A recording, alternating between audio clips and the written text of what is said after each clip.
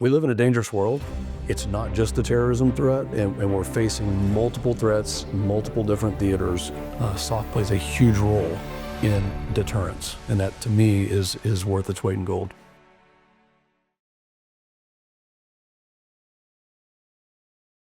To a commander and the NCO leadership, they look at me and they know that we are closer to a 9/11 than we are removed from 9/11. And they know that the charge to both prevent it and respond to it is going to fall on their watch, especially in the special operations community. As you sit in your seat as the chairman, how do you assess the terror threat to the homeland today? Unfortunately, you're right. And as chairman of the Counterterrorism Committee on Homeland Security, we have had multiple hearings about this. The landscape is ripe. You have situations going on, not just in Afghanistan with the return of the Taliban, but also throughout Africa, throughout the Sahel, throughout places like Yemen and in the greater Middle East, that it's still ripe for this. And unfortunately, some of these people are now in the United States that have these affiliations. So I'm very worried about it. And we challenged the last administration, and we will challenge this administration to do the right thing, to protect this country, to take the steps that we need to take in order to prevent another attack. And I think it starts with just transparency. We live in a dangerous world. It's not just the terrorism threat, and we're facing multiple threats, multiple different theaters, and we have to understand that it's asymmetric too. It's cyber, it's AI, and there's things that are now, piling on. So deterrence is important. Good policy is important, and we're gonna keep pushing from our committee in a bipartisan way, by the way.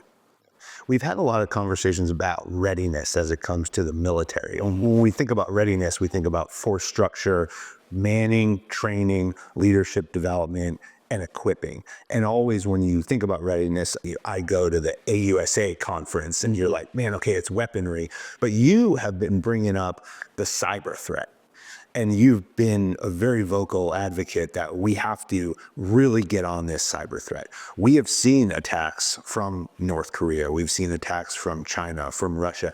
How do we stay ahead of that when we always kind of default to, well, we need more weapons? Well, one of those weapons is a counter cyber capability. That's a great point. And a lot of these tactics are kind of in the gray zone. Is it warfare? Is it crime? Is it somewhere in between? And I think that's where these non-nation state actors and even nation state sponsored cyber activities kind of lie in that gray zone, these gray zone tactics that undermine critical infrastructure, that undermine the financial sector, that dig into personal information. We've seen those breaches. So staying ahead of it is hard, but we have to be vigilant. And I think, number one, it starts with education throughout our country at universities like Angelo State that I represent, where we need kids focused on this, learning these skills and then going into this business. And then number two, putting real resources behind the defense of critical infrastructure here in the United States, working with the private industry, making sure it's not just a military activity. This is kind of a whole of government approach. And I don't think we've gotten there yet. So that we're gonna keep challenging this administration to do those things and to protect us. Well, because I think it comes back to what's the attack on the homeland look like? And you can classify that in a lot of different ways. You can say, okay, it can be a terrorist attack, like we saw on January 1st. Is there a likelihood that someone's going to launch an international ballistic missile on us? Yeah, it's out there. It's probably on the one end of the spectrum that's out there. But think about a denial of service attack. Take down the energy grid, the natural gas grid. Colonial Pipeline. Yeah. For instance, you're right. These are the kinds of things. What about water treatment facilities in local communities? And that's where we're really vulnerable, is some of the smaller communities, some of the smaller banks, some of the smaller entities that provide these services, denial of services. You nailed it. And that's what we're worried about. The government has to be able to provide a structure so that private industry can know the intel, be prepared for the techniques that they're using in the cyber domain, and protect and push back and secure whatever it is that they're securing to make sure that they can provide those services.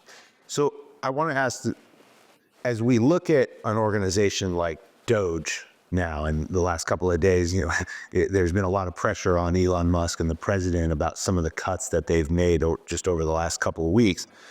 And if we tie that back to the national security threat, where does something like a denial of service attack fall? Is that Homeland Security? Is that the Department of Energy? Is that a DOD thing?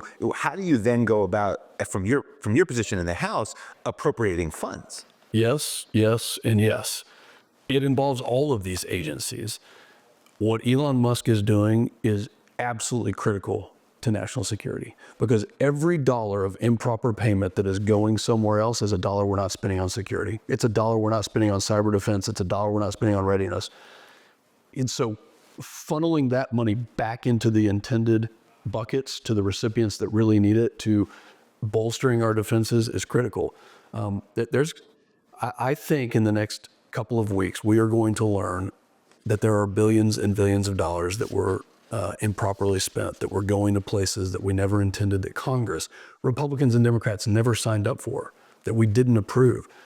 We've got to claw that back and then put it towards the right things, just like you said, to help the Department of Energy, the Department of Defense, Homeland Security, and all of those departments to have the right resources.